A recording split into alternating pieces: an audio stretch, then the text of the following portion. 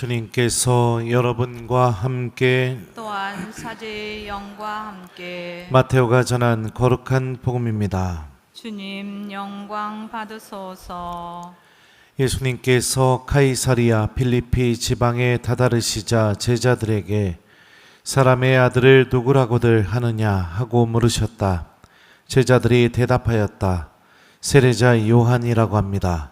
그러나 어떤 이들은 엘리야라 하고 또 어떤 이들은 예레미야나 예언자 가운데 한 분이라고 합니다.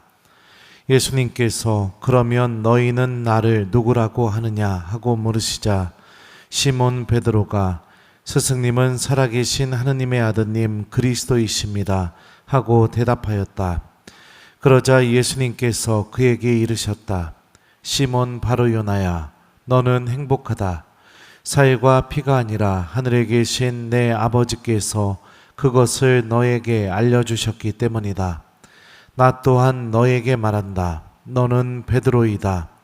내가 이 반석 위에 내 교회를 세울 터인즉 저승의 세력도 그것을 이기지 못할 것이다.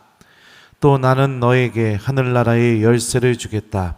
그러니 내가 무엇이든지 땅에서 매면 하늘에서도 매일 것이고 내가 무엇이든지 땅에서 풀리면 하늘에서도 풀릴 것이다. 그런 다음 제자들에게 당신이 그리스도라는 것을 아무에게도 말하지 말라고 분부하셨다. 그때부터 예수님께서는 당신이 반드시 예루살렘에 가시어 원로들과 수석 사제들과 율법학자들에게 많은 고난을 받고 죽임을 당하셨다가 사흘날에 되살아나셔야 한다는 것을 제자들에게 밝히기 시작하셨다. 그러자 베드로가 예수님을 꼭 붙들고 반박하기 시작하였다. 맙소사 주님, 그런 일은 주님께 결코 일어나지 않을 것입니다. 그러나 예수님께서는 돌아서서 베드로에게 말씀하셨다. 사탄아, 내게서 물러가라. 너는 나에게 걸림돌이다. 너는 하느님의 일은 생각하지 않고 사람의 일만 생각하는구나. 주님의 말씀입니다. 그리스도님 찬미합니다. 오소서 성령님, 너는 하느님의 일은 생각하지 않고 사람의 일만 생각하는구나. 안녕하세요. 오늘 복음 말씀을 보면 아주 특히 베드로의 모습을 보면 예수님한테 엄청나게 칭찬받고 마지막에 사탄이라는 소리까지 듣게 됩니다. 이 베드로가 예수님에게 사탄이다 그리고 또 걸림돌이다 라는 이야기를 주님으로부터 듣게 된 이유가 무엇이냐? 예수님의 순환과 죽음과 부활을 베드로는 원하지 않았어요. 그리고 그런 베드로를 향해서 예수님께서 왜 그가 예수님께서 가시는 이 십자가의 길을 원하지 않으셨는가? 그 이유에 대해서 이렇게 말씀하십니다. 너는 하느님의 일은 생각하지 않고 사람의 일만 생각하는구나.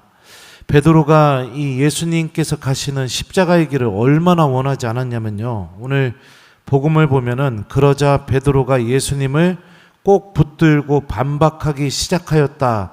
이렇게 번역이 됐는데 이 그리스어 성경을 보면 직역하면 이렇게 번역이 돼요.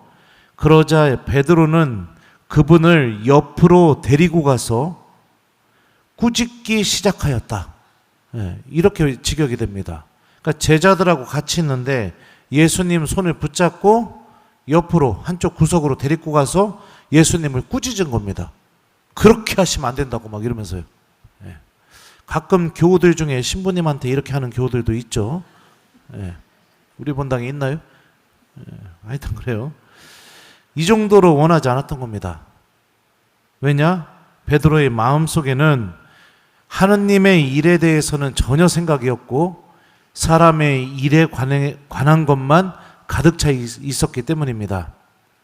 그런데 복음 앞부분을 보면 베드로는 여러분들 다른 제자들하고는 아주 다른 특별한 은총을 받게 되었죠. 예수님을 살아계신 하느님의 아드님 그리스도라고 고백하게 되었는데 예수님께서 베드로가 그런 고백을 할 수 있었던 이유가 무엇이냐? 어떻게 말씀해 주시느냐? 살과 피가 아니라 하늘에 계신 내 아버지께서 그것을 너에게 알려주셨기 때문이다. 하느님 아버지께서 직접 베드로에게 예수님이 어떤 분이신지 알려주셨다는 겁니다. 하느님과 아주 특별한 관계를 맺고 있었다는 것을 알 수 있죠. 자, 그리고 이런 신앙 고백 때문에 예수님께서는 베드로에게 하느님 나라의 열쇠를 주게 됩니다. 그리고 베드로가 땅에서 묶어버리게 되면 하늘에서 어떻게 된다고 했어요? 1번 묶여진다, 2번 풀린다. 몇 번이에요? 묶여지죠. 땅에서 풀면 하늘에서도 풀린다. 어마어마한 직분을 받게 됩니다. 자, 생각해 보세요, 여러분들. 하느님과 아주 특별한 관계를 맺고 있고 예수님으로부터 아주 특별하고 어마어마한 직분을 받았어요. 그럼에도 불구하고 그런 상태에 놓인다 하더라도 그 사람의 마음속에 하느님의 일이 아닌 사람의 일만 생각하게 된다면, 사람의 것들만 생각하게 된다면 그 사람이 내리는 판단, 그 사람이 내리는 모든 결정, 이게 언제나 옳은 것은 아니라는 것을 알 수 있죠. 오히려 악에 기울어진, 오히려 예수님이 사탄이라고 얘기할 수 있는 그런 결정들을 내릴 수 있다는 겁니다.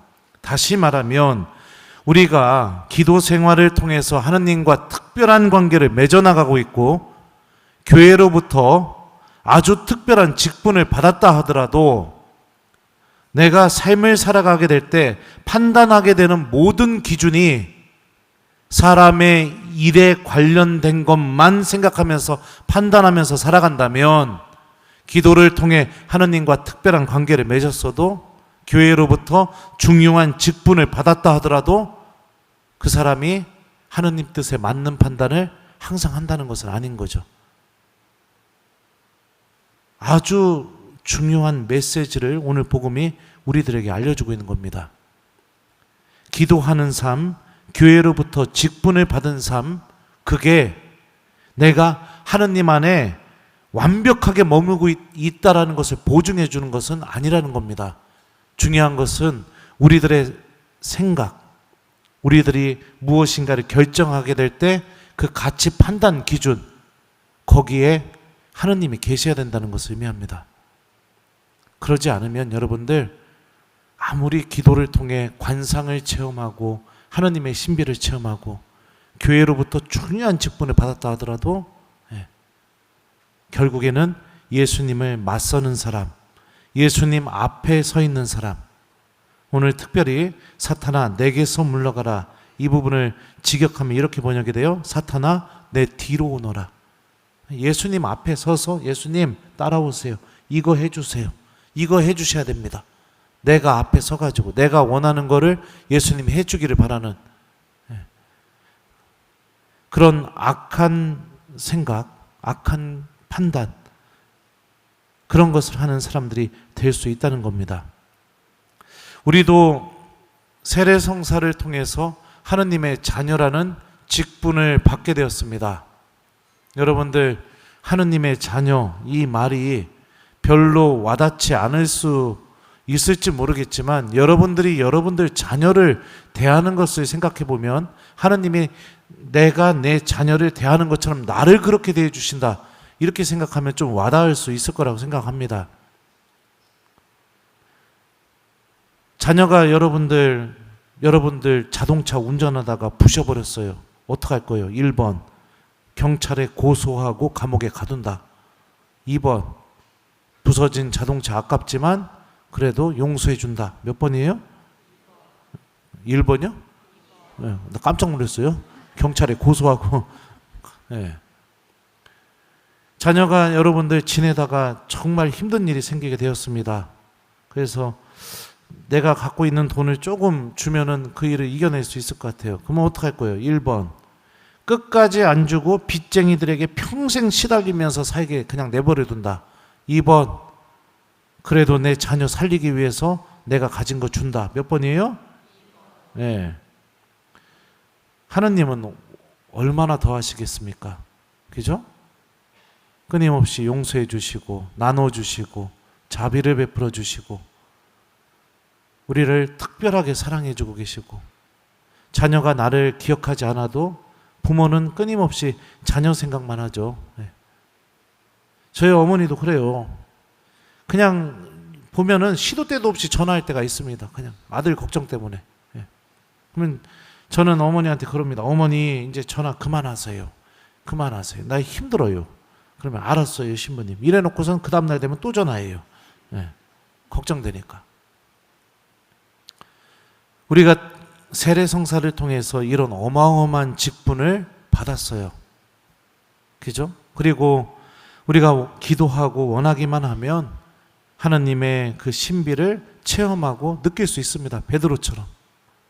그렇다 하더라도 우리들의 가치 판단 기준, 그게 사람의 일에 관련된 것만 가치 판단을 하는데 작용하게 되면 결국에 우리들의 삶은 예수님이 베드로를 향해서 사탄이라고 말했던 것처럼 악해질 수밖에 없는 겁니다. 그렇기 때문에 여러분들 주님의 말씀을 듣는 삶이 아주 중요한 거예요. 말씀을 듣는 삶은 내 가치 판단의 기준을 복음적인 기준으로 변화시켜 주게 돼 있습니다. 오늘 일독서를 보면 하나님이 이런 말씀을 하시죠. 나는 그들의 가슴에 내 법을 넣어주고 그들의 마음에 내 법을 새겨주겠다. 그리하여 나는 그들의 하나님이 되고 그들은 나의 백성이 될 것이다. 주님이 우리 가슴에 법을 넣어주시고 우리 마음에 그 법을 새겨주시는 방법, 그것도 바로 당신 말씀입니다. 하나님의 말씀이 항상 우리들의 마음과 생각 안에 살아있게 될 때, 우리들은 어떤 것을 판단하고 결정하게 될 때 사람의 일에 관련된 기준으로만 판단하는 것이 아니라 그 말씀이 내 마음 안에 함께 있기 때문에 하나님에 대해서도 함께 생각하면서 판단할 수 있게 되는 것입니다. 그러니까 여러분들, 우리가 자만하면 절대로 안 되는 겁니다. 교만해서도 절대로 안 되는 겁니다. 내가 어떤 직분을 받았다 해서, 내가 기도 안에서 어떤 좋은 체험을 했다고 해서 항상 그런 내가 좋은 판단을 하고 복음적인 판단을 하고 그런 건 아닙니다. 모든 순간에 성찰하고 내가 내리고 있는 이 결정이 하나님에 대한 믿음과 함께 내리는 결정인지, 아니면 하나님은 존재하지 않고 오로지 그 기준이 돈, 욕심, 다른 사람들에게 보여지는 내 모습, 뭐 여러 가지 하나님이 계시지 않는 다른 기준들로 내가 결정을 내리는지를 내가 성찰하고 바라보는 것이 필요하죠. 네, 오늘 하루 여러분들 어떻게 살아오셨는지 한번 곰곰이 우리 성찰해 봤으면 좋겠어요. 숙제 드리는 겁니다. 네. 저녁 기도하게 될 때 성찰하는 부분이 분명히 있는데, 보통 많은 교우들은 그 성찰하는 부분을 그냥 눈으로 읽기만 하고 내가 오늘 하루 어떻게 살았는지 되돌아보지 않고 곧바로 그냥 그 다음 기도문을 읽기 시작하게 됩니다. 오늘 저녁 기도만큼은 여러분들 적어도 3분 이상 내가 오늘 하루를 어떻게 살았는지, 어떤 판단을 내렸는지, 어떤 말들을 했었는지, 그리고 그런 것들이 하나님과 함께 내린 판단이었는지, 아니면 하나님은 계시지 않고 사람의 일이라는 기준 안에서만 모든 것을 말하고 판단하고 결정했었는지 한번 성찰하는 그런 오늘 저녁을 보냈으면 좋겠어요. 오늘 일독서 말씀처럼 우리 가슴 속에는 하나님의 법이 새겨져 있습니다. 그리고 주님의 말씀은 끊임없이 우리들과 함께 있고요, 우리들이 하나님을 바라볼 수 있도록 도와줍니다. 내가 내 가슴 안에, 내 영혼 안에 새겨진 이 하나님의 법과 주님의 말씀을 항상 잃어버리지 않고 나의 모든 생각과 판단이 하나님과 함께하는 생각과 판단이 될 수 있도록 주님께 혹시라도 부족한 점이 있었다면 필요한 은총을 함께 청하면서 오늘 하루 기도로 마무리하는 저녁을 보냈으면 좋겠습니다. 직분을 받았다고 해서 내가 항상 하느님과 가까운 사람이라는 것을 의미하지 않아요.